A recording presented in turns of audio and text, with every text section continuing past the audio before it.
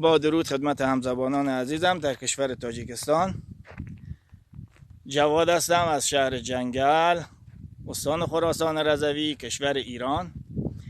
همونطور که ملاحظه میکنید این یک باغ پسته است که 7 سال پیش آن را کاشتم و درختان 7 ساله هستند و امسال به بار نشستند و قیمت پسته در ایران الان حدود $10، $8 تا $10 است و در کشور شما $15.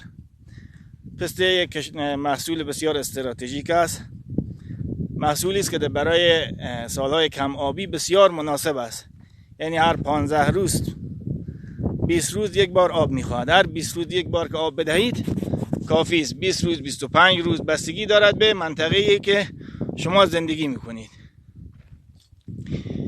در این زمینه من با دوستم جناب روسکوف اسکندر در تماس هستم. ایشان بسیار کارشناس خبره و دانایی هستند. شما از ایشان میتوانید مشاوره بگیرید و اقدام به کاشت درخت پسته کنید. درختان در اینجا در 7 سالگی بستگی به نوع درختش دارد و پیوندش. این درختانی که من دارم درختان پسته سفید هستند، از نوع پسته سفید بادامی. هر درخت بستگی دارد 4 کیلو 5 کیلو در سالهای اول بار میدهد. درختی است تا 10 کیلو هم بار میدهد، بستگی به نوع رقم درختش دارد. فعلا در سالهای اول اینقدر بار میدهد. بعدا درختان بارشان بیشتر میشود. در سالهایی که از سن 10 سال به بعد بار اقتصادی و کلانش میشود، یعنی بارش زیاد میشود، پستهش زیاد میشود.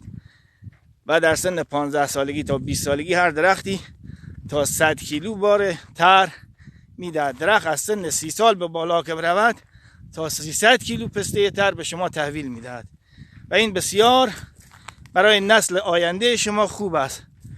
امیدوارم که شما نیز اقدام به کاشت این محصول استراتژیک در کشورتان داشته باشید و برایتان منبع درآمد خوبی باشد.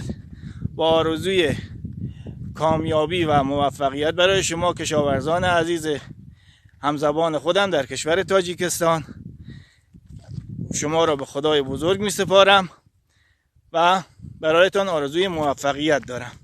خدا نگهدارتان.